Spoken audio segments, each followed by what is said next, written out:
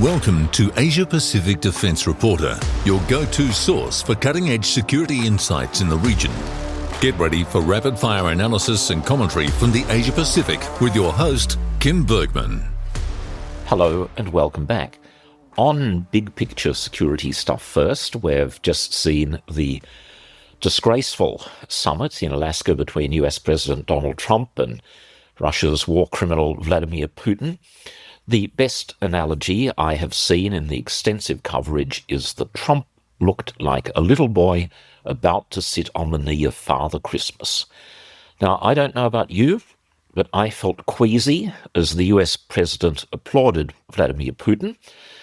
Somebody convicted by the ICC, there's an arrest warrant out for him. He was the instigator of the ongoing invasion of Ukraine, which has cost hundreds of thousands of Russian and Ukrainian lives.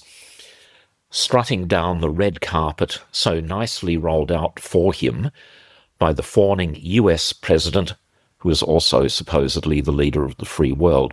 It hardly needs me to ridicule this performance. Plenty of others have done that, but I think any normal person can see it was, just as I had feared, another sellout of Ukraine. There has been no talk of further sanctions on Russia or a ceasefire, just that Ukraine is going to have to give up territory.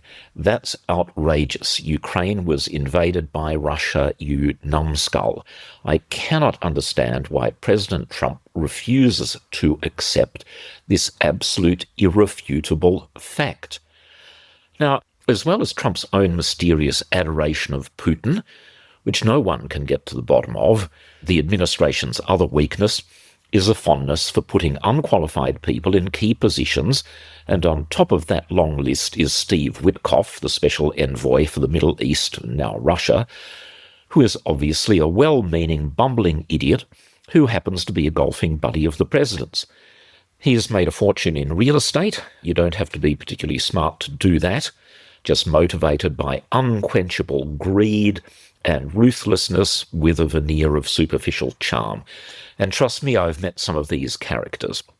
It's just that Witkoff is totally out of his depth dealing with the Russians. Now, I'm saying all of this not just to sound off about events as disturbing and upsetting as they are, but because hopefully people can see profound security implications for Australia. Russia is a major Pacific power. Russia is a close ally of China's and North Korea's. In the light of what is happening before our eyes, how can anyone in the defence ecosystem, including our ministers, continue to pretend it's business as usual with the US when clearly it is not? The US is now led by an administration that is unpredictable, untrustworthy, and in large measure completely incompetent. And this current clown show has another 3.5 years to go at a minimum. Having said that, I'm recording this before the forthcoming Trump-Zelensky meeting in Washington, so there might be a change, but somehow I very much doubt it. Now, in light of this, Australia needs to be doing things right now, not simply hoping it will all go away. And there are many things that can be done that will rapidly strengthen Australia's military and improve our self-reliance. But they just about all involve increases to defence expenditure, which the government remains bizarrely tone-deaf about. And speaking of which, permit me a small digression on another one of my pet hates. It's Ministers Richard Marles and Pat Conroy, more the former than the latter, I will admit, who keep on talking about record levels of defence expenditure. If you think about it for more than a second, you will realise that every year is a record year because of this thing called inflation. Defence expenditure in 2025 is higher than in 2024, which is higher than in 2023, and so on. And the same is true for every other major area of government expenditure, like social security and health. To puff out their chests about this so-called record levels of defence expenditure is such an obvious con. But because defence receives so little analysis by the mainstream media, maybe gullible people are taken in by this sort of nonsense. For a year not to be a record year, it would mean Australia had entered a period of deflation, such as what occurred during the Great Depression in the 1930s, which no one wants to see. Moving on to the C3000 decision, I previewed in the last podcast that I've got a lot more to say about this, and even more to come. I'll start with an apology to all listeners and readers. I believed the government, and I consequently assured readers that I thought this was going to be a fair competition between the Megami frigate from MHI and the MECO 200 from TKMS. I think I was wrong, and that many other critics of the program were right, and that, in fact, the fix was in from the beginning for the Japanese ship, and I'll start to explain why. Oh, and by the way, none of this detracts from the Megami, which I have previously described as an excellent ship. And nor should it detract from the very impressive effort put in by the Japanese government, especially their procurement agency, ATLA. I've expressed some reservations about the combat management system in particular, but we will just have to see how that plays out. However, I think the treatment of TKMS has been very shabby, and it now looks like they never had a chance. In my previous episode, I might have tried to cram in too much detail, so let me put it as simply as I can. Defence has cooked the books on the TKMS price. They also said they didn't believe the TKMS schedule, which is just an outrageous, evidence-free thing to do. There's a connection between the two, cost and schedule, and the short version is this. Defence say they concluded that TKMS would not have been able to acquire the Mark 41 vertical launch missile system in time. That VLS system is needed to fire US missiles, principally ESSM. Now, because they supposedly couldn't acquire VLS in time, an untruth, they would instead, the ships would have to come with European missiles that could be fired from the European launcher that was on the ship they offered for Egypt, not the one they have offered to Australia. The argument goes that adding that cost, presumably some billions of dollars based on the back of a beer coaster calculation, to the TKMS bid, raised their price so that it was in the same ballpark as the Megami's. But this is all based on an obvious falsehood. There is no shortage of Mark 41 launchers, and I know because I visited the factory in New Jersey that makes them last December. I also discussed it with TKMS in a generic sense. Remember, they are barred for life from talking about C3000, and now you can see exactly why, about installing vertical launch systems, and as anyone who knows the slightest thing about shipbuilding is aware, it's installed at a very late stage in the process because you just leave a hole in the deck plate in front of the bridge or wherever you want it installed, and it's then lowered into place by a crane. There is no order backlog for these things. There is no shortage of Mark 41 vertical launch missile systems. The claim is false, and it has been used to unfairly discredit the TKMS bid. During the background briefing that I've referred to, when I was given a 2-minute opportunity to raise this at the very end, one of the briefers said that any journalist who wrote that the Megami was more expensive didn't know what they were talking about and that they were liars. That's a harsh word, as I myself have acknowledged in previous podcasts. I think it was actually used twice in the background briefing. So let me say this. I'm up for the challenge because I am not lying.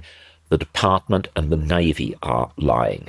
You cannot build a 4,800-ton complex warship for the same cost as a simpler 3,700-ton warship. This is impossible. This is like denying the law of gravity.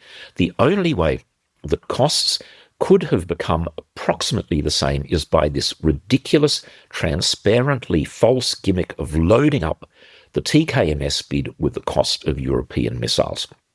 If ministers were in on this, they should be ashamed of themselves. If the department prejudged the outcome and they rigged the evaluation, someone should be held to account. But of course, this won't happen because this is Australia in 2025. As I detailed in my last podcast, I have emailed the department about my concerns, so let's have it out, because I have a fairly good idea of who the liars are. If I'm wrong, I will very publicly, repeatedly apologise, but somehow I don't think that will ever be necessary because it's so obvious as to what has happened. Now, in the next podcast, I'll explain the why as to why this has happened, but I'll stop with TKMS now because I have to keep an eye on the clock, and I want to end with a positive about, or potential positive, about Australia's self-reliance. Last week, I participated in a Republic of Korea Australia Defence Cooperation seminar. Don't I get to do some cool stuff? And I was pleased to see that it was well attended by the Australian side, unlike the first one a year ago, which I thought was a little bit light on for talent. That's just me. As well as participating in the various seminars and group discussions, I had the chance to interview the head of the Korean delegation, Deputy Minister Hyung-Kai Cho, whose full title is Deputy Minister for Military Resource Planning within the Ministry of National Defence, and the details of that will appear in a future edition of APDR. A lot of content. But before then, a little bit of background about media matters that listeners might be interested in. In Australia, many journalists are reluctant to provide questions in advance because people being interviewed then have plenty of time to prepare their evasions and excuses. Also, it means that interviews can be lacking a little bit in spontaneity. I do occasionally myself send questions in advance, but sort of don't really like doing that. However, for Korea, the opposite is the case. And the best way to receive information is to communicate in advance topics of interest so that people can pull together facts and figures so that the interview produces something useful, as was the case with Minister Cho. I'm also very respectful of the fact that this interview was carried out in the English language, and clearly people from other countries, if they can have a little bit of extra time to make sure that the wording of their answers is accurate, I believe that is in everyone's interests. Now, I'm already running out of time, and so there's more to come about this in the future, and a huge number of interesting ideas were thrown around during the seminar, but my sense is that Korea's highest priority for military cooperation, there are all sorts of, there's more on armoured vehicles, there's shipbuilding, or rather ship repair and maintenance, but I think, pulling it all together, the most important area, the highest priority for Korea, is satellites and space, which is great because that's also vital for Australia.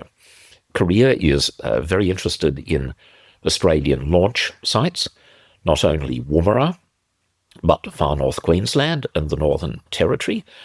And even though Australian industry is much smaller than South Korea's, we have some niche expertise, particularly when it comes to ground stations, ground terminals. And on the launch sites, just think about this for a moment. Not only is Australia closer to the equator, which helps with the dynamics of many launches, but if we fire up a rocket, given the direction of the Earth's rotation, we don't have to worry about what other countries think.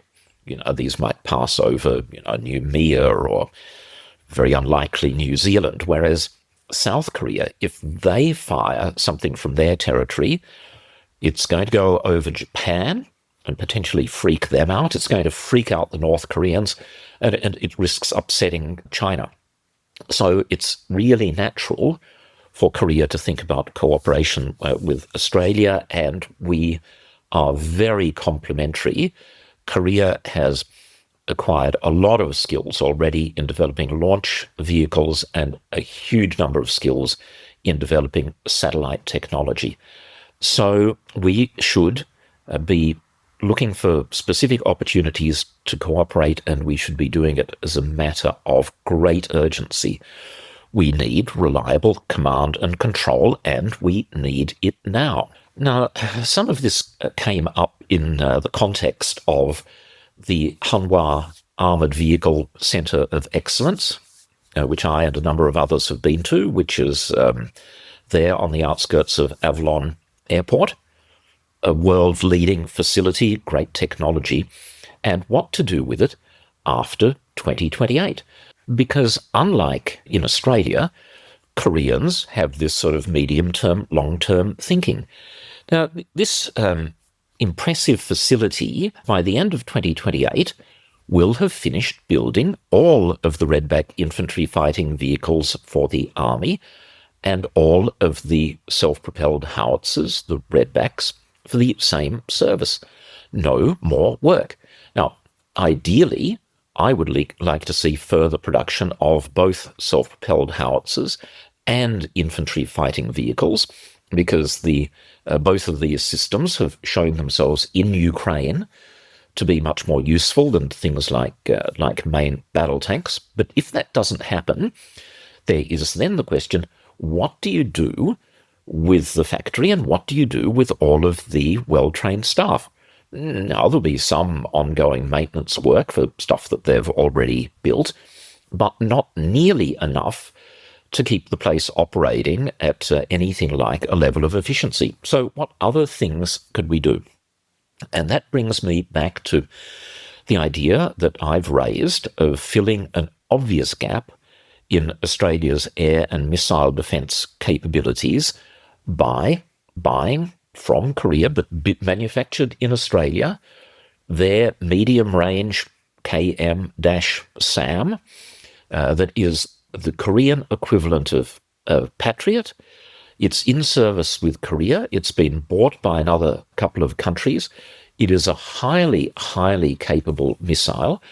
And I just note here that our GWIO, the Guided Weapons and Explosive Ordnance Enterprise, just keeps moving so slowly. That's not a unique observation. Everyone in industry is aware of this.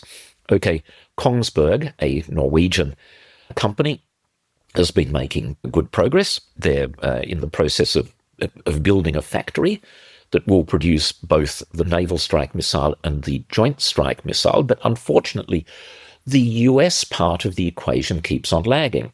The two US partners, Lockheed Martin and Raytheon, rather their Australian affiliates, subsidiaries, good companies, by the way, doing the right thing, but I suspect, without being 100% certain about this, that they are just bogged down with US regulations. Anyway, so let's work with Korea. Let's build here our own equivalent of Patriot missiles that will complement the existing Land 19 Phase 7 short-range air defense missile systems. By doing that, it will be a quick and major boost to Australia's protective capability. Every country needs to protect itself against long-range ballistic cruise missiles, hypersonic missiles, all of that sort of stuff. The KM-SAM has the potential to do that. The radar can be provided by Canberra's CEA Technologies, who I've mentioned many times before. They provide the radars for the short-range missile system, so it's quite an easy, logical thing to do. As well as satellite stuff, I would be putting co-development of KSAM on top of the list. I'll just circle back to Japan for a concluding remark and say that we have to face up to the fact that we are looking at a gap in submarine capability because of AUKUS Pillar 1 running late. Now that we have a relationship with Japan, and in particular the company MHI, that company also builds submarines for the Japanese Navy. In the current case, it's the Taigai.